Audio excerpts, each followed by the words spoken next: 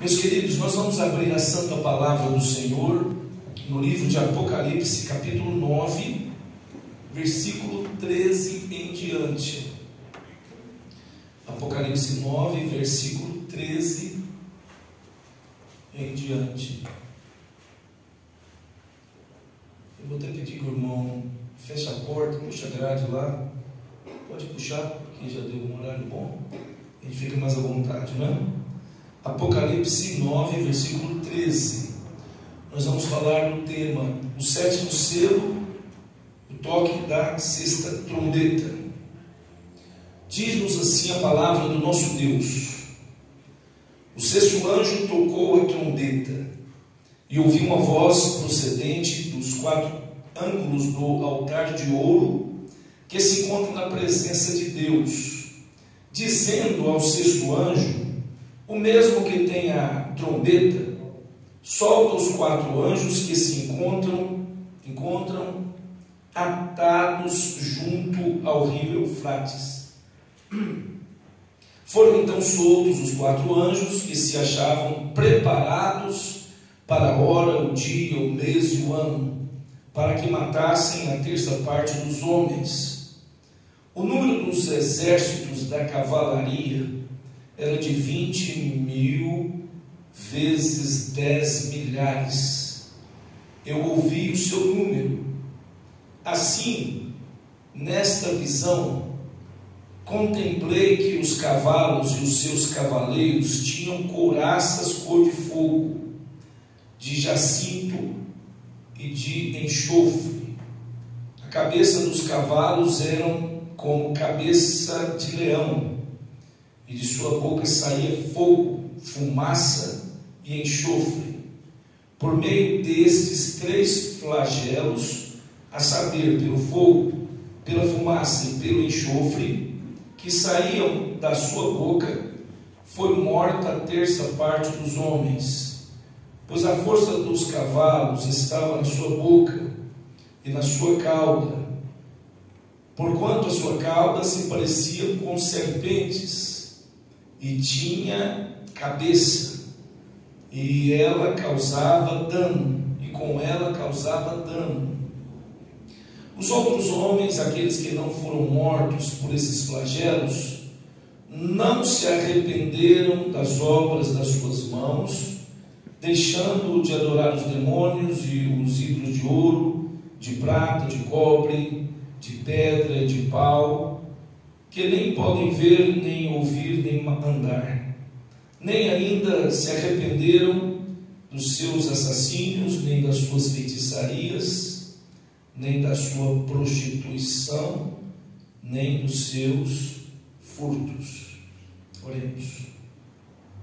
Bendito e eterno Pai, santo, santo, santo Senhor, nós te damos graças porque o Senhor é maravilhoso. Te damos graças porque o Senhor é bom. Ó Senhor, fale conosco através da tua santa e bendita palavra, que ela possa nos despertar, que ela possa abrir nossos olhos para entendermos o que o Senhor tem no decorrer da história, para aqueles que ainda, Senhor, estão duros de coração e não querem de fato se curvar diante do Senhor. Eu peço a tua graça e misericórdia sobre o teu povo, para que o teu povo possa ter força e vigor, e nos momentos difíceis, ó Pai, a tua igreja venha estar firme na tua santa presença. Em nome de Jesus oramos. Amém. O sétimo selo, toque da sexta trombeta. Irmãos, no capítulo anterior, vimos, na realidade, no capítulo anterior não, no início do capítulo 9, melhor dizendo, nós vimos o toque da quinta trombeta. Satanás recebe autoridade para abrir o poço do abismo. De lá saíram demônios para atormentar os homens, não podendo esses demônios, porém, atacar aqueles que tinham o selo do Senhor Deus. Agora, nós olhando para esta sexta trombeta, verso 13 em diante, nós vamos ver o juízo de Deus avançando para o desfecho final, e como as coisas se agravam nós vamos ver aqui como as coisas estão se agravando para os ímpios. O horror da cena vai aumentando. A quinta trombeta, que nós vimos no início do capítulo 9, ela traz tormentos. Quando ela é aberta, né, quando ela é tocada, nós vemos aí que traz tormentos aos homens, verso 4b, tão somente aos homens que não têm o selo de Deus sobre a fronte. Agora, nesta sexta trombeta, nós vamos ver o juízo de Deus avançando para um desfecho final. E nós vamos ver então que o juízo de Deus, ele desaba sobre os ímpios como resultado das orações dos santos. As orações dos santos estão registradas no capítulo 8, verso 3 e 4, que diz assim: vi outro anjo e ficou de pé junto ao altar com um incensário de ouro, e foi-lhe dado muito incenso para que oferecesse com as orações de todos os santos sobre o altar de ouro que se acha diante do trono. Verso 4 do capítulo 8: e da mão do anjo subiu à presença de Deus a fumaça do incenso com as orações dos santos. Então nós vamos ver duas vezes falando de orações dos santos. As orações dos santos aqui, elas estão diante de Deus, e como resposta às orações do povo de Deus, nós vemos então Deus trazendo juízo sobre essa humanidade perversa, que são oposição a Deus e à igreja. Deus, ele ouve as orações do povo, do seu povo. Apocalipse 8, 3 a 5, nós temos o 3 e o 4, mostra as orações subindo do altar de ouro até o trono de Deus, e depois de lá descendo do trono de Deus como juízo sobre a humanidade caída. Agora, nesse capítulo 9, do verso 13 em diante, 13 e 14, nós somos informados que, olha o que diz o verso 13: quando a sexta trombeta é tocada, o sexto anjo trocou a trombeta, e ouvi uma voz procedente dos quatro ângulos do altar de ouro. Esse altar de ouro aqui é o mesmo altar, de ouro referente ao capítulo 8, onde estão as orações dos santos. Então, a gente pode associar dizendo que tudo isso que está acontecendo também aqui é resposta das orações dos santos. E essa voz, então, ela sai dos quatro ângulos do altar de ouro, que se encontra na presença de Deus. Quer dizer, o próprio Deus está conduzindo todo o processo. Nada está acontecendo sem autorização do Eterno. O verso 14 nos mostra que um anjo, que tocou a trombeta, o sexto anjo, o mesmo que tocou a trombeta, é dito a ele para soltar os quatro anjos que se encontram atados. Quem são esses quatro anjos atados? Anjo de Deus, anjo santo é atado na Bíblia? Atado podemos observar como se fossem amarrados, impedidos de agir. Esses quatro anjos estão, segundo o texto, junto ao grande rio Eufrates. Então é dito ao sexto anjo que trocou a trombeta para que ele soltasse os quatro anjos que estavam atados junto ao rio Eufrates. Esses anjos atados são quem? Anjos santos de Deus são atados? Não. Quem é amarrado é o diabo. Quem é atado é Satanás e seus anjos. Aqui são anjos, demônios, anjos caídos, anjos maus, repito, demônios, que vão agora exercer o juízo de Deus sobre o mundo. Esses anjos estão atados, repito, junto ao rio Eufrates. Portanto, a gente observa que que o juízo de Deus é exercido por 4 anjos que estão atados, isto é, Deus usa até os demônios para cumprir o seu eterno propósito. Nada está fora do controle de Deus, nada. Segundo o comentarista Hernandes Dias, ele diz o seguinte: havia uma previsão profética de invasão de cavalos vindo do norte. Aí ele cita a passagem de Ezequiel 38:14, Isaías 5:26 a 30, Jeremias 22, Jeremias 6:22 a 26. E ele diz que o Eufrates, o rio Eufrates, é o limite oriental da terra prometida, onde estavam os terríveis inimigos do povo de Deus. Com isto concorda também outros comentaristas bíblicos, como Warren Wiersbe, também o George Led. O Eufrates simboliza ali então a Síria, Babilônia, os inimigos do povo de Deus.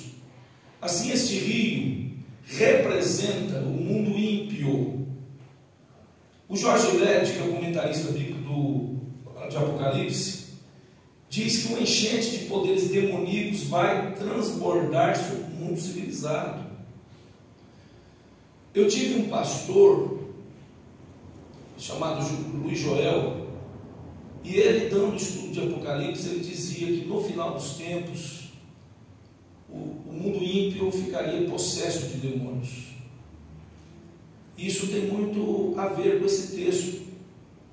O texto diz, verso 15: foram então soltos os 4 anjos, isto é, os demônios, né, os quatro demônios ali, 4 anjos caídos, que se achavam preparados para a hora, o dia, o mês, o ano, para que matassem a terça parte dos homens. Uma coisa que eu observo aqui é que Deus tem o tempo determinado por tudo em suas mãos. Nada é adiantado ou atrasado. Lá em casa tem 2 relógios de parede. Um fica em frente à minha escrivaninha, minha mesa, e o outro fica na cozinha. Esse que fica em frente à minha mesa de trabalho, ele é um relógio muito bom. Ganhei de uma irmã que mandou para mim do Japão. Ele é um relógio ótimo, porém, com o passar do tempo, às vezes ele adianta um pouquinho. Mas o que fica na cozinha é o oposto, ele faz atrasar um pouquinho. Ora, Deus não é igual a esses relógios. Deus, ele não adianta e ele não atrasa, ele age no tempo certo. Aqui nós observamos que Deus está no controle da situação. Nada acontece sem sua permissão. Anteriormente nós vimos que foi Deus que deu autoridade. Lá no capítulo 9, verso 1 em diante, nós vamos ver que Deus deu autoridade para Satanás abrir o poço do abismo. Lá vai falar de uma estrela caída. Agora, novamente, nós vamos ver que Deus ordena, em resposta às orações dos santos, que sejam soltos os 4 anjos do juízo. E da agora em diante eu vou chamar esses anjos caídos, que estavam amarrados, mas que são soltos para exercer juízo, eu vou chamá-los de anjos do juízo. Observe que esses anjos do juízo não são livres para agir de forma que quiserem, não. Eles estão sob o domínio de Deus. A ordem parte do trono, a ordem de comando parte do trono.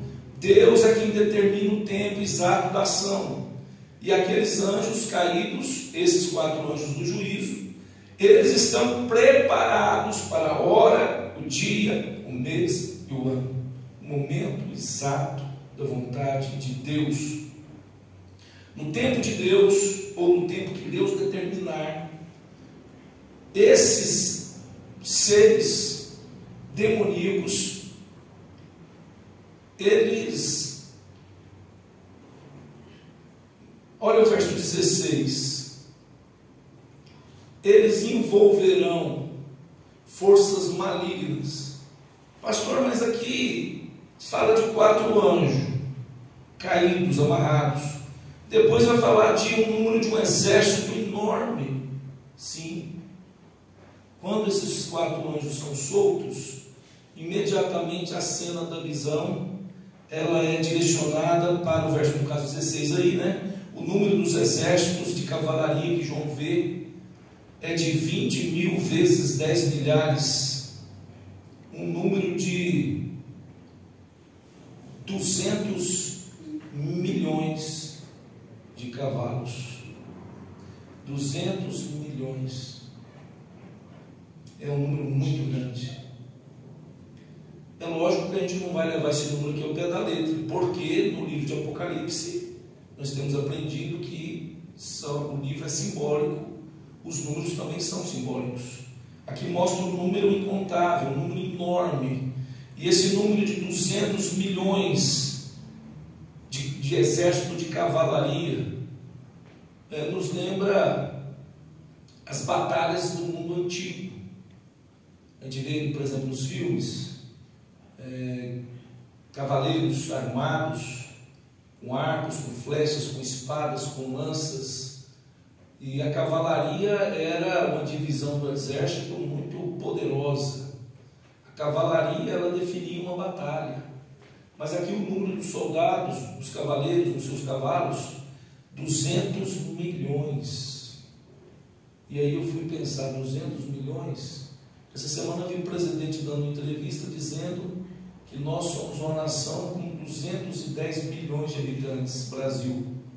Então aqui são uma população, a nossa população brasileira, 210 milhões. E aqui nós vamos ver o número de 200 milhões, quase a população de um país como o nosso, né? É muita coisa, mas é um número simbólico que representa uma soma muito elevada. No verso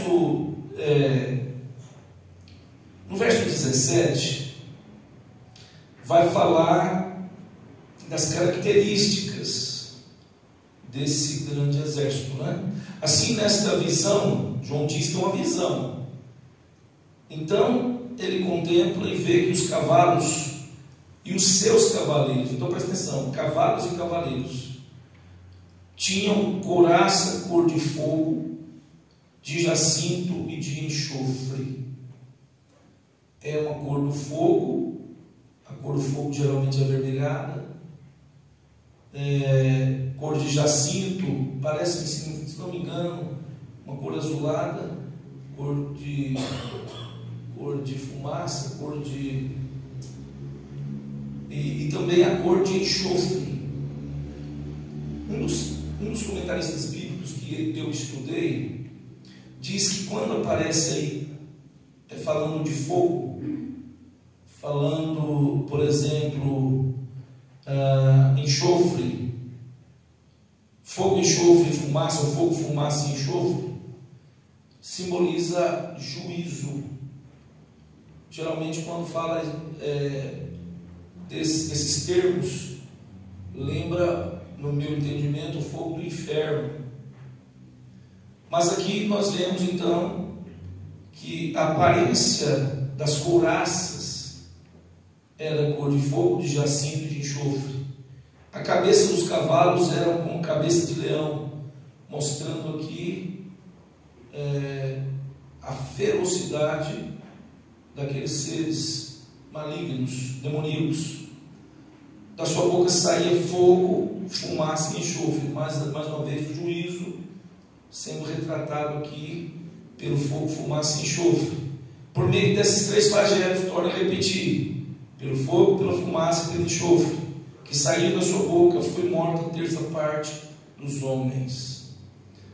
É interessante nós lembrarmos que no capítulo 9, logo no início, vai falar do toque da 5ª trombeta, anterior a essa. Nós estamos falando do toque da 6ª. No toque da 5ª, Satanás libera gafanhotos, que são demônios. Só que lá no início do capítulo, do verso 1 ao 12, aqueles seres estarão atormentando os homens que não têm o selo de Deus sobre a fronte. eles não têm autoridade para matar, mas têm autoridade para infligir castigo, infligir tormento. Verso 5, por exemplo, diz: foi-lhes também dado não que os matasse, e sim que os atormentasse durante 50 meses. Sua tormenta era como tormento de escorpião. Enfim, naquela passagem vai falar que Deus vai usar demônios para afligir os homens ímpios, mas não que os matasse, simplesmente trazer terríveis aflições. Por 5 meses, né?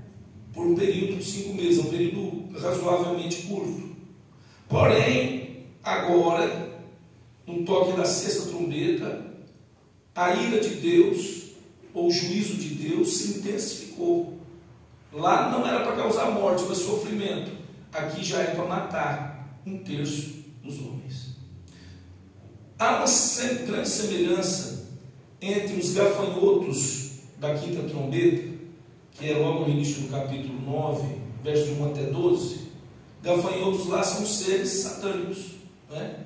Há uma grande semelhança desses gafanhotos com esses cavalos, que também são seres satânicos, da sexta trombeta.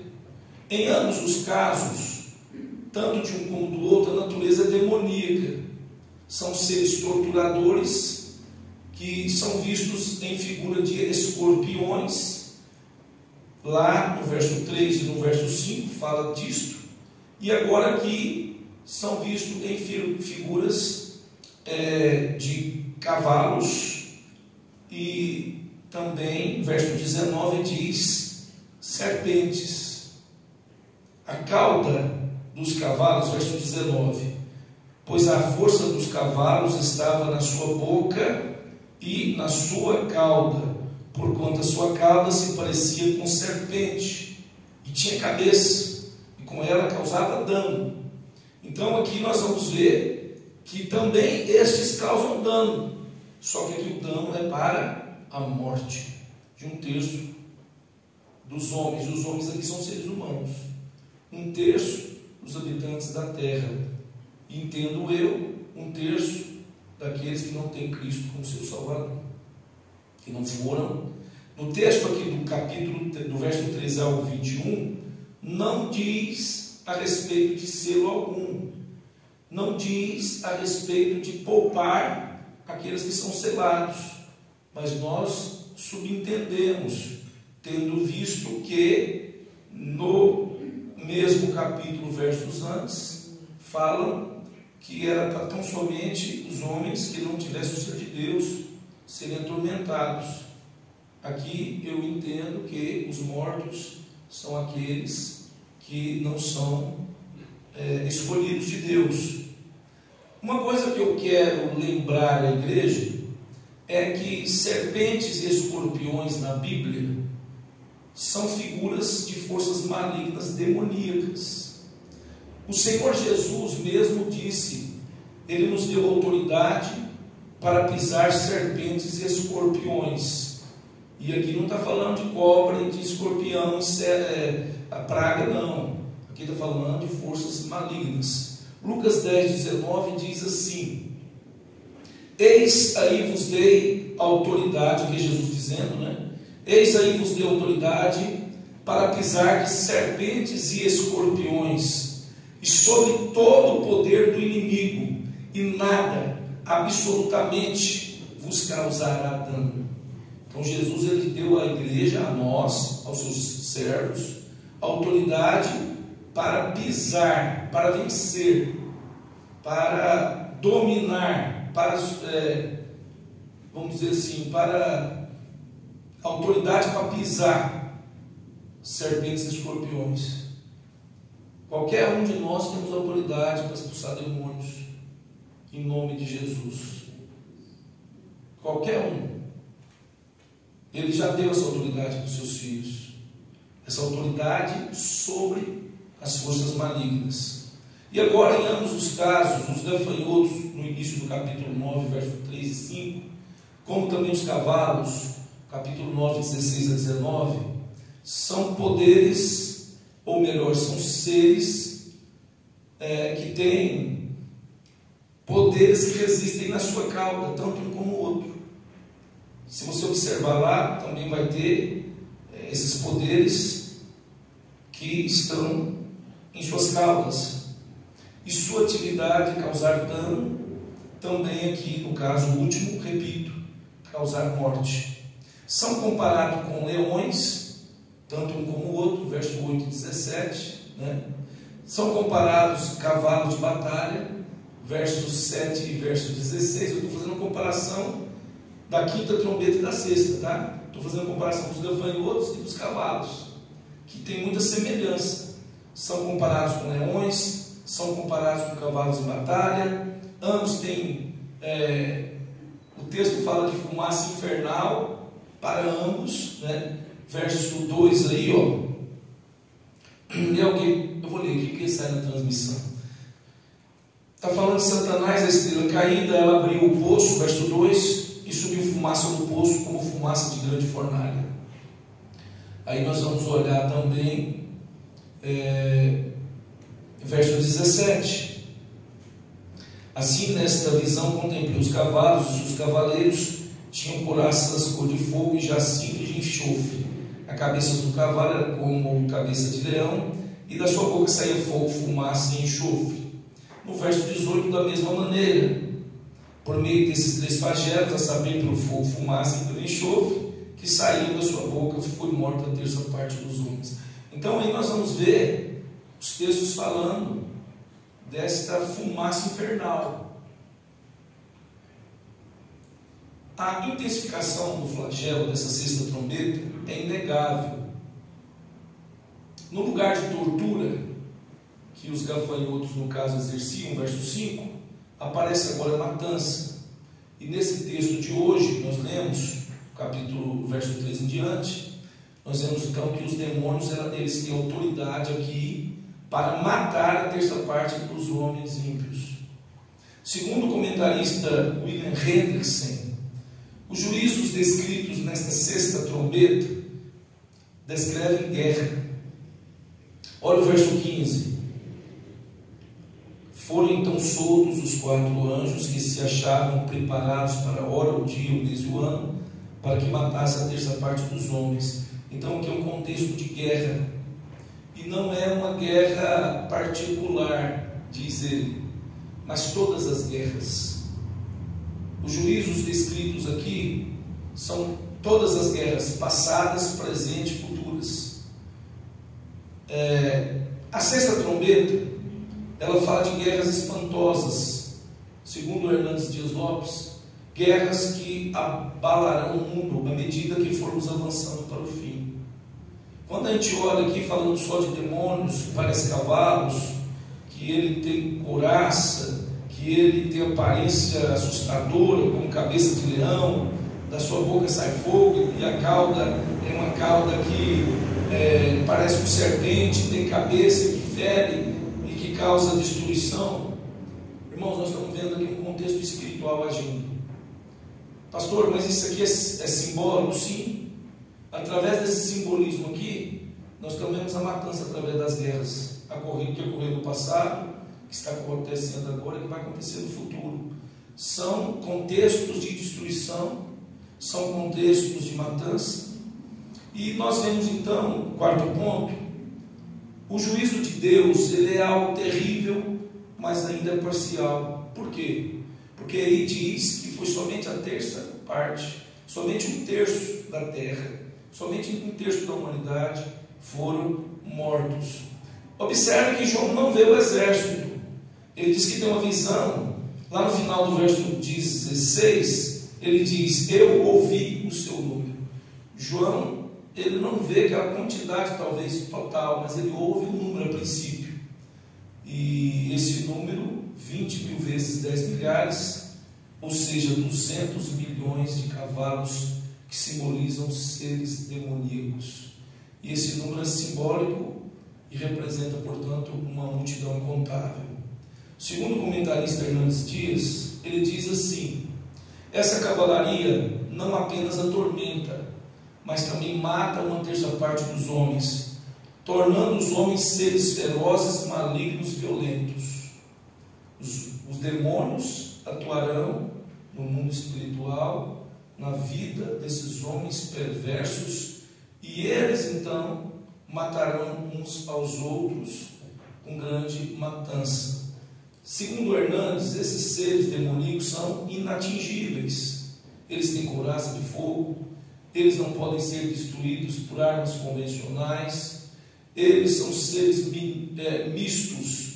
Aí fala de cavalo, fala de leão, fala de serpente, né?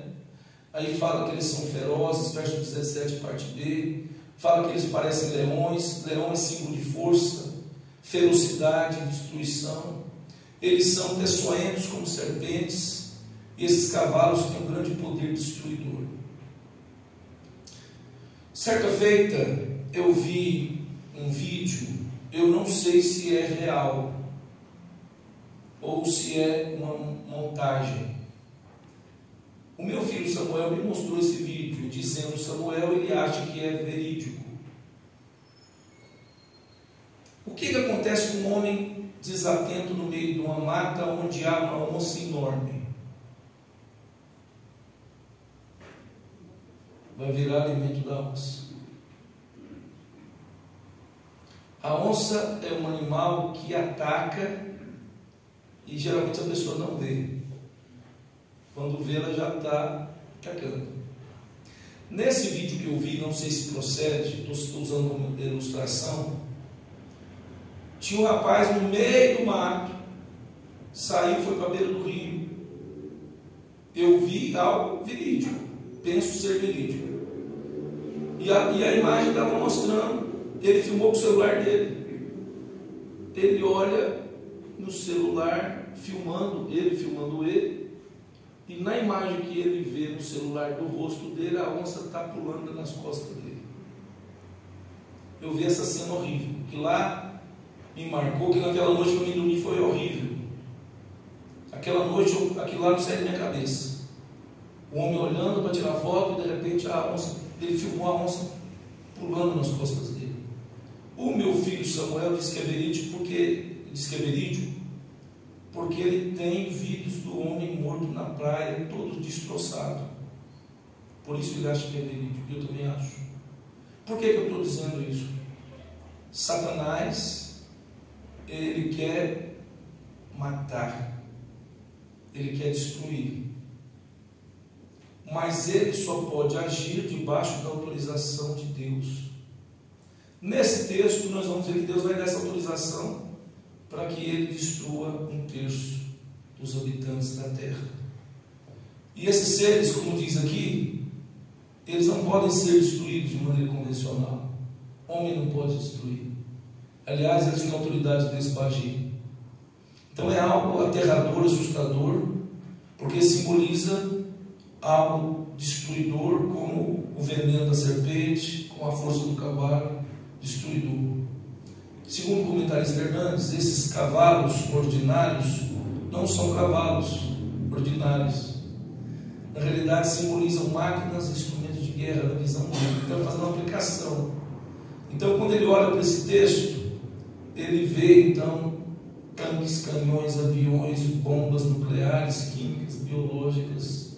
Satanás usando todo o poder que o homem vem ao longo dos anos preparando para a destruição dele próprio. E eles flagelam e matam uns aos outros, segundo a ótica do Hernandes. Esses espíritos malignos agem nos homens e através dos homens. Eles agem colocando um desejo maligno de matança no próprio coração do homem, para que eles se matem uns aos outros, para que eles se atormentem uns aos outros. Quer ver um exemplo?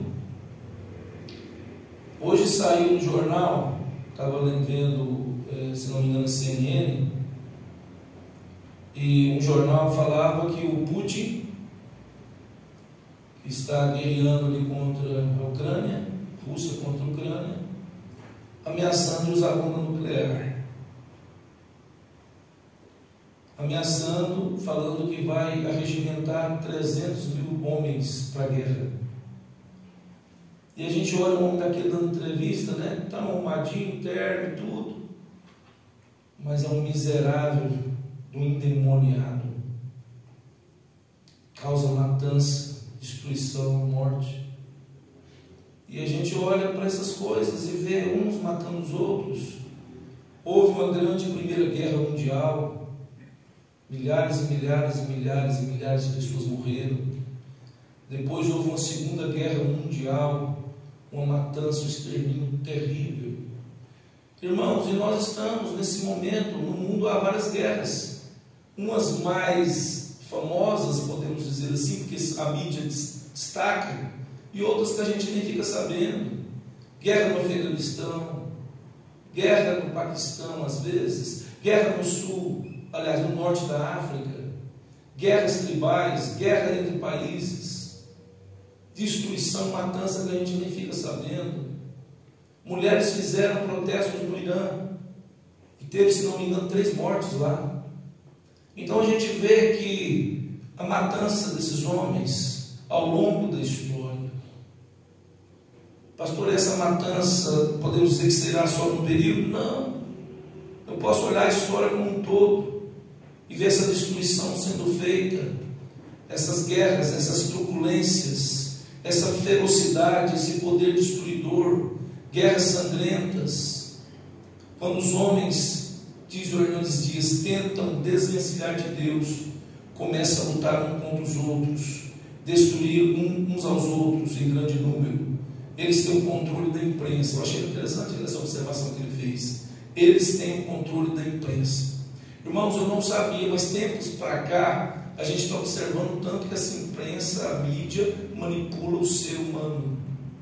Jornais mentirosos, tendenciosos, pesquisas eleitoreiras, tendenciosas, não é eleitorais, não é eleitoreiras mesmo, pesquisas tendenciosas, mídia sob o controle. O poder desses agentes está na boca, diz o Hernandes, como diz aí, a destruição estava na boca e na cauda. Na boca, a questão da comunicação. Eu achei interessante essa aplicação. Por que a questão dos meios de comunicação? Meios para iludir, para influenciar, para propagar engano, mentira. Você pode, por exemplo, comparar 2, 3 jornais com a mesma notícia. Você vai ver a tendência a torcer a verdade. E quem é o pai da mentira? Satanás, o pai da mentira, do engano. Então, uma coisa nós podemos observar: Jesus disse que o mundo jaz no maligno. O mundo é o sistema, a mídia, a política, de certa forma, a mídia política, as filosofias pagãs, filosofias que pregam, por exemplo, certos liberalismos, filosofias satânicas que pregam que tudo pode, aborto pode, dizem que pode, né? Porque a palavra de Deus combate essas coisas perversas. Salmo 139 fala, o salmista dizia, quando ele era uma substância ainda informe, Deus já estava vendo ele lá no ventre da mãe. Ele diz, no oculto fui formado, né? Lá no ventre da mãe, Deus já via, quer dizer, a vida tem valor porque foi Deus que a criou. Mas nós vemos aí um mundo perverso. Irmãos, tem um sistema por trás disso. Um sistema que a gente vai vendo, meu Deus, um sistema que é mundial, que visa a implantação do reinado do anticristo. Eu creio, eu percebo isto. As coisas para o mal têm mais facilidade de acontecer do que para o bem. Hoje há uma inversão de valores terríveis. O mal passa travestido de bom, e o que não vale nada, que não é bom, né, é aceito como algo bom, e o que é bom é visto como algo mal. A ira de Deus ainda está misturada aqui com misericórdia. Por que Deus não mata tudo? Se Ele quiser, Ele pode matar uma ordem. Eu estava dizendo lá na classe de doutrina, se Deus quisesse matar a humanidade, era só Ele esquentar um pouquinho o planeta, só chegar o planeta Terra um pouquinho mais perto do Sol, todo mundo derreteria, morreria queimado. Se ele afastasse o planeta Terra um pouquinho do Sol, todo mundo viraria pedra de gelo. Deus é misericordioso, Ele dá saúde, Ele dá o ar para respirar, Ele dá o pão de cada dia, Ele dá condições para o homem ter condição de sobrevivência. Isso tanto para o bom como para o perverso, porque Ele está dando oportunidade para que os homens se acheguem a Ele. Mas agora esse tempo vai ter um limite, né? O tempo vai ter um limite. Deus, Ele está dando tempo para que os homens se arrependam, mas agora nós vamos vendo que esta é a sexta trombeta. A sétima, vai ter um interlúdio aqui, do capítulo 10, 11, e aí nós vamos ver a sétima trombeta sendo tocada lá no capítulo 11, verso 15. A sétima trombeta aqui, meus irmãos, já não tem mais jeito. A sétima trombeta já é como a consumação da história. A sétima trombeta já é o juízo final. A sétima trombeta já é a volta de Cristo. Então os irmãos estão vendo que a sexta trombeta é essa que nós estamos falando. Com esta matança de um terço, Deus está dando oportunidade para que os homens se arrependam. Os outros 2 terços se arrependam.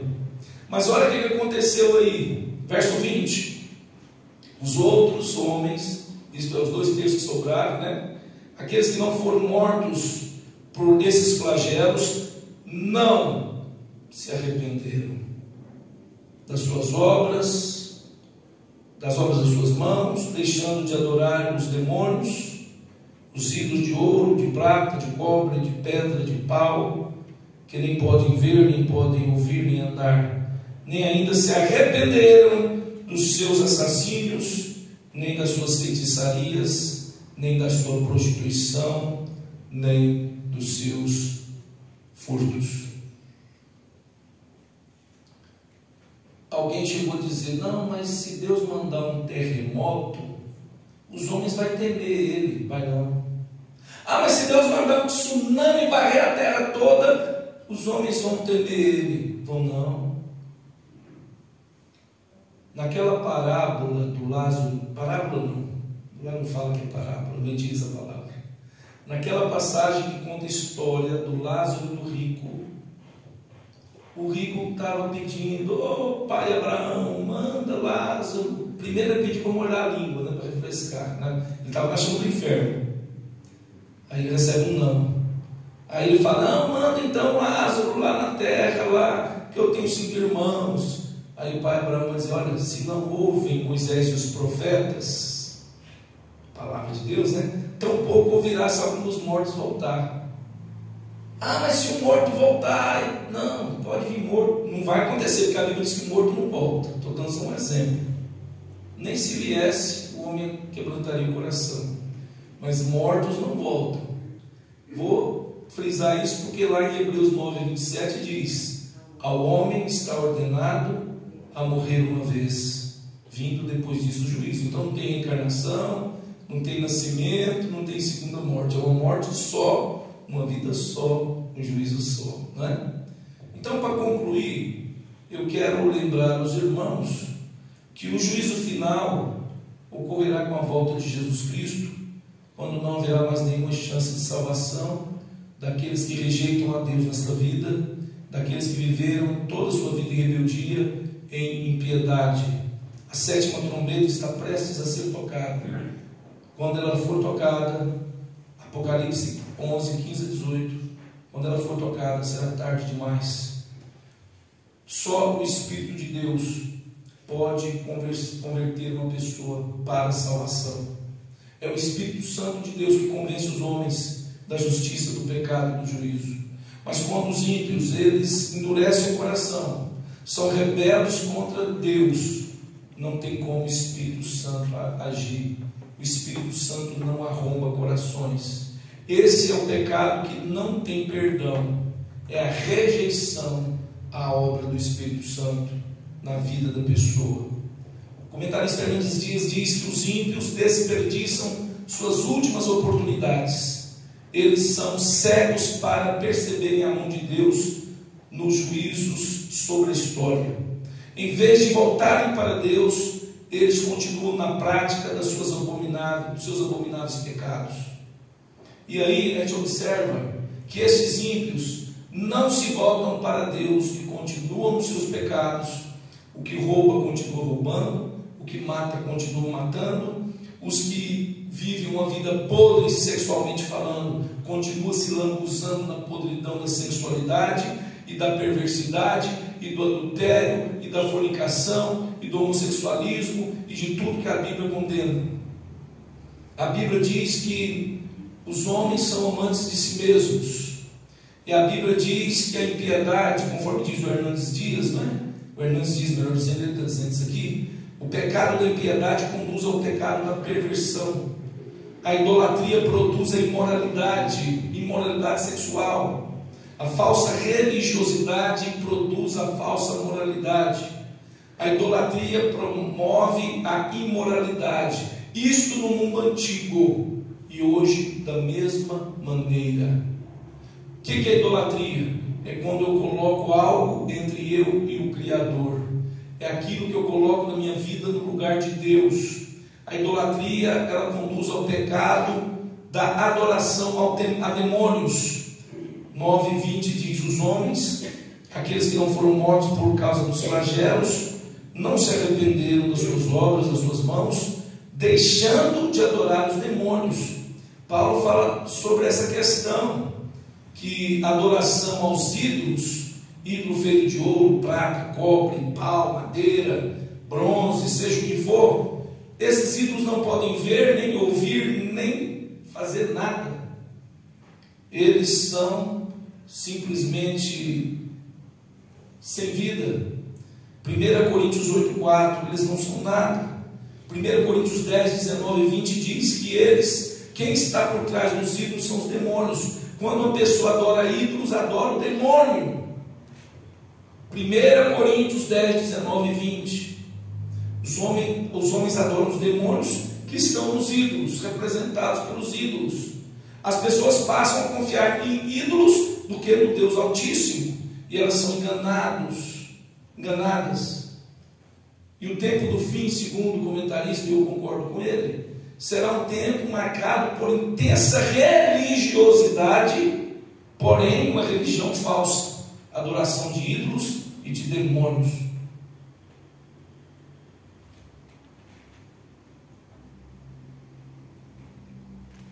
O propósito da sexta trombeta, para finalizar, presta atenção, o propósito da sexta trombeta é dar aos homens uma chance de arrependimento antes do fim. As tragédias que desabam sobre a história não são frutos do acaso. O tsunami que teve aí tempos atrás, que varreu a costa do Japão, a da Indonésia e tudo, não foi obra do acaso. Seca no Nordeste, que nós tivemos muitos anos, não foi obra do acaso. Quando acontecem desastres, coisas trágicas na história, não são fruto do acaso. Deus está dando oportunidade para arrependimento, para que os homens se voltem para Ele. Mas a Bíblia nos diz que estes homens endurecem o coração. O propósito da sexta trombeta é alertar os homens do juízo que está chegando. Esses homens são chamados ao arrependimento antes do toque da sétima trombeta, quando será tarde demais. Que Deus tenha misericórdia de nós.